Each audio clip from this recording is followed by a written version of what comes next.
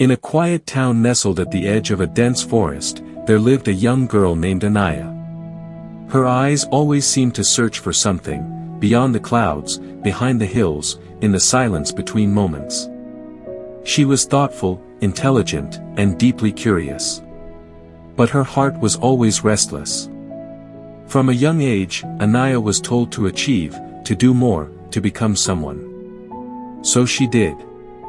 She learned fast, spoke well, and chased her dreams with fierce determination. But even as she collected awards and applause, a small voice inside her whispered, "Is this it?"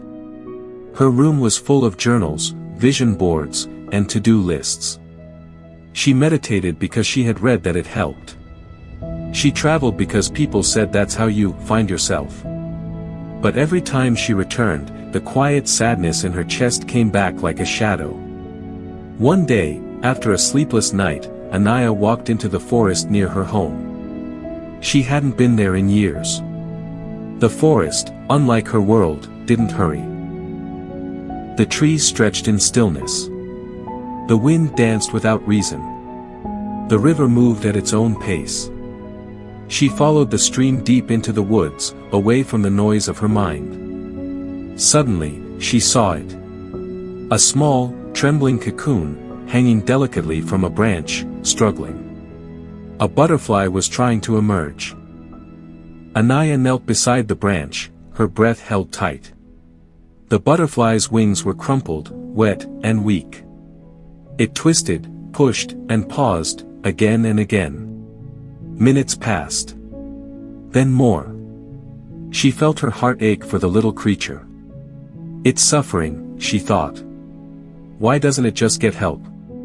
Why doesn't someone help it? Unable to bear it any longer, Anaya carefully took out a small blade from her travel kit. With gentle hands, she cut a tiny slit in the cocoon to make it easier for the butterfly to come out. It worked. The butterfly slipped out faster now, its body free. But then, something strange happened.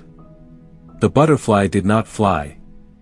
Its wings remained small, its body swollen. It limped toward the edge of the branch and fell to the ground. It never flew. Anaya's heart sank. Later that evening, she met Maya, an old forest keeper who had watched her from afar. "You tried to help the butterfly, didn't you?" Maya asked, her voice calm and ancient like the trees themselves. "Yes," Anaya replied, tears brimming in her eyes. "It was struggling. I just wanted to ease its pain." Maya nodded gently. "But in helping it, you took away its strength." "What do you mean?" "The butterfly needs the struggle," Maya explained. "It's nature's way. The pushing, the twisting, it forces fluid from the body into the wings. It is how it becomes strong enough to fly. Without the fight, it remains grounded." Anaya was silent. Her mind replayed everything, the rush, the pressure, the constant need to fix things, even herself. She looked down at her hands. "Have I been doing the same to my soul?" Anaya began visiting the forest every day. She left her phone behind. No journals. No books. Just her and the wind, the trees, and her breath. She watched the birds without naming them. She listened to the river without analyzing its sound. For the first time in her life, she was present. Days turned into weeks.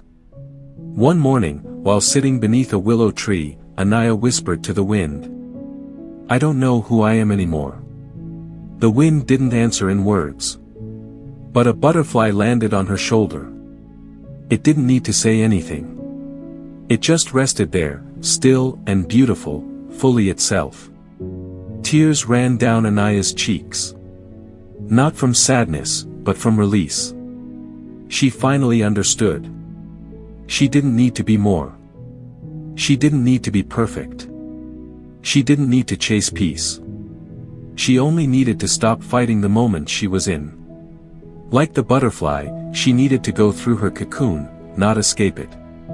The pain, the uncertainty, the discomfort, it was all part of her becoming. From that day on, Anaya lived differently. She still worked. Still dreamed. Still tried. But she no longer forced things. She learned to breathe through her moments instead of rushing past them. She let go of the need to always be in control. And in doing so, she found her wings. Years later, people would come from nearby towns to hear Anaya speak. Not about success or achievement, but about stillness. She told them the story of the butterfly, not as a tragedy, but as a turning point. Let the struggle shape you, she would say. Let the moment breathe. Trust the unfolding. Let go. And in the quiet after her words, people often noticed a butterfly passing by, drifting softly, as if reminding them. Your peace was never lost. It was just waiting for you to stop searching.